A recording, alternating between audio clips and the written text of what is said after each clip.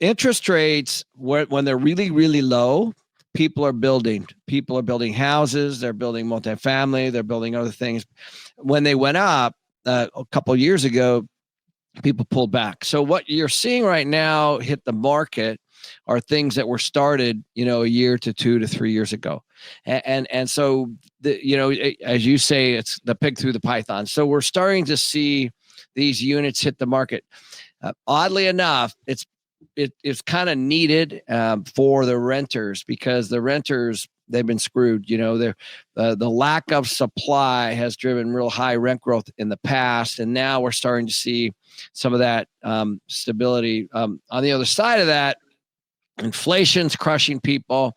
Airbnbs are, if anybody bought in the last 3 or 4 or 5 years, they have a very, very disrupted time.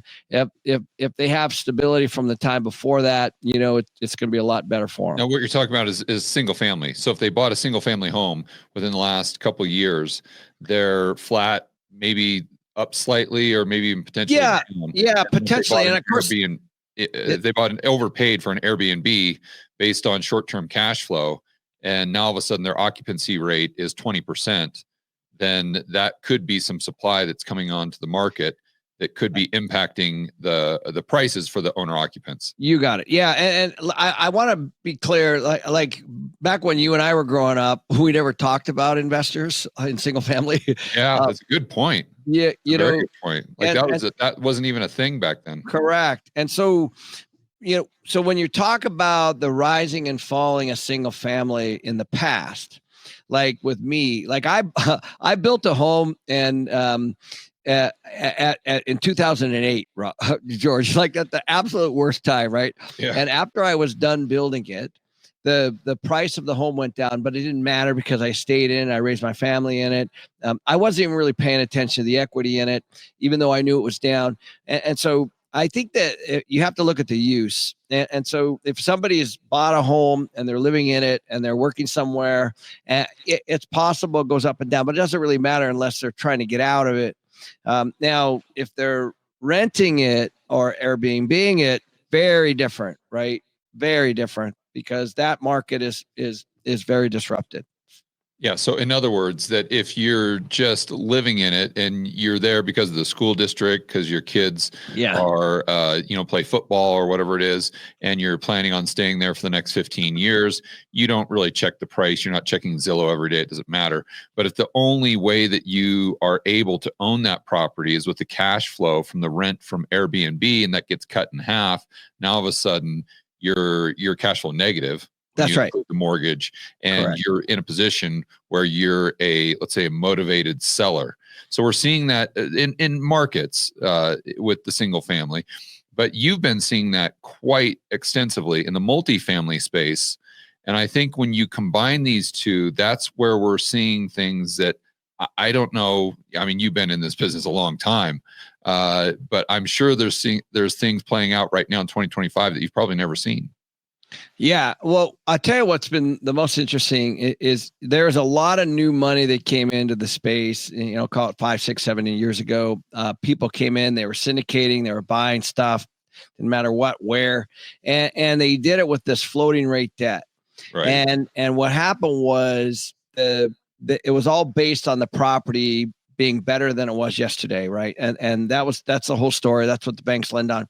What happened is when interest rates went up in reaction to the inflation, then all of a sudden the commercial market got repriced. And I'm talking about office, retail, multifamily. If you had, doesn't matter what it is. Yeah. Whatever it is that you're going to buy today versus 2-3 years ago, the interest rate's higher today. And therefore a seller's going to pay less, period. That's how it works. So, because we're always solving the cash flow, and cash flow is going to be less if our mortgage payment's higher. So it doesn't really matter if it's $1 million commercial corner building, that's still $1 million. The seller is still going to want $1 million, but today they might only get 800, 850, 750 for it because of the price of the debt is more. Because the price of the debt, Kenny, because you're solving the cash flow, and that isn't just rents minus mortgage. It's Correct. insurance, Right. it's maintenance, it's your labor costs, it's All of all those of these things. things. So even let's just assume for a moment that those people that got over their skis had a fixed rate mortgage. Well, they still could be screwed if all their other costs to own that property are increasing, cutting down those cash flows. And then potential buyers are going to look at that, and then they're going to quote unquote solve the cash flow. And that's where they're going to get a whole hell of a lot less than they maybe put in to build it or buy it to begin with, assuming they did it over the last couple of years. So it's almost like the same thing that played out in the single family space prior to the GFC or during the GFC played out and is playing out in the multifamily space right now. Yeah, and I'll tell you, there's a really, really good website that came out of bankrate.com, just bankrate.com. They did a study not long ago that said just to own a single family, just own, not mortgage, it's 18 grand. That's the average. So you think about, it's $1,500 a month right now just to own something, not including a mortgage free. So now you start to overlay that with rents next door or in the neighborhood over, then you layer on, of course, the mortgage, especially today with the higher rates.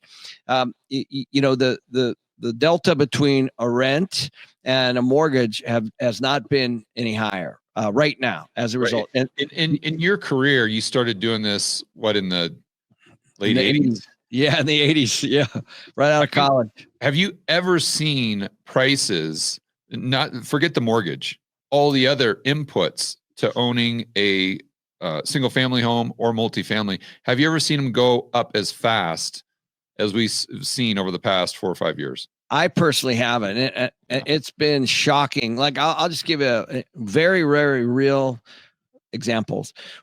Our company, we have about 10,000 apartments. So we have 10,000 units all over Texas, Oklahoma, Nevada, Arizona specifically. So, those are the markets we in, those are the markets we track. Our insurance bill went up 34%. So in the millions more per. Now that's just the exact same properties with really, really low losses. Right. So you can imagine just all of a sudden here, hey, like in order to renew, and we're seeing this at a small level with single family houses. We're seeing it with autos. People all over the place are experiencing these doubling of insurance policies. In some cases, you can't even get it.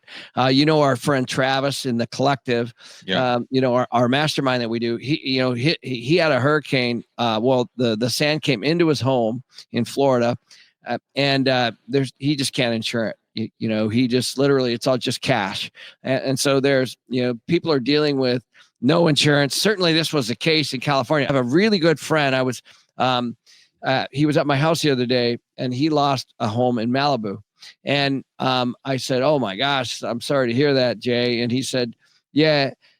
I go, what's the rebuild? He has, the rebuild's about 10, but my insurance caps at 3. So 10 million. He's got to come out of pocket 7 to replace it, and he's going to do it. But so you've got these other kind of things, just around insurance, by the way. We're starting to see here in Arizona. I live in Scottsdale. We're starting to see people over in our market because of what happened with the fires over there.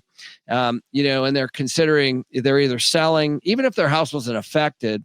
They're, if they were spared, they're like, do I really want to be here when, my neighbors, homes were burned or whatever it is. So going back to your buddy. I'm curious because 7 million out of pocket, and it's not like he can just rebuild tomorrow. I'm sure. Oh no, that's a whole other topic. That's what I said to him. I go, how are you going to find a contractor? He goes, that's the next step. He goes, it's get licensed from, I don't know if he's close to the ocean or whatever that agency was that he has to get permission. I mean, it's going to take him 10 years plus 7 million out of, and who knows what the price will be. Correct. He actually gets the permits. It's 7 million now. It could be 15 million with the cost of labor and supplies, lumber going up. So is he going to rebuild, or is he like, well, I'm just going to see how it plays out over the next 6 months and then make it? Nope. He told me he was going to. Now, obviously, I've been to this house. It's really, really nice. And that's his goal. And his wife was with him and they were chatting about it. And he's like, yeah, it's a massive bummer, but it's an incredible lot. They love it over there. So, and he lives in Paradise Valley, Arizona now. And then what does he do about his insurance moving forward? I mean, will they even insure it? They may or may not. It'll be very interesting. He's in the real estate game on more of the triple net stuff like Walgreens, CVS. And he's owns shopping centers and stuff. So he's not foreign to any of this stuff. So my guess is he'll figure it out.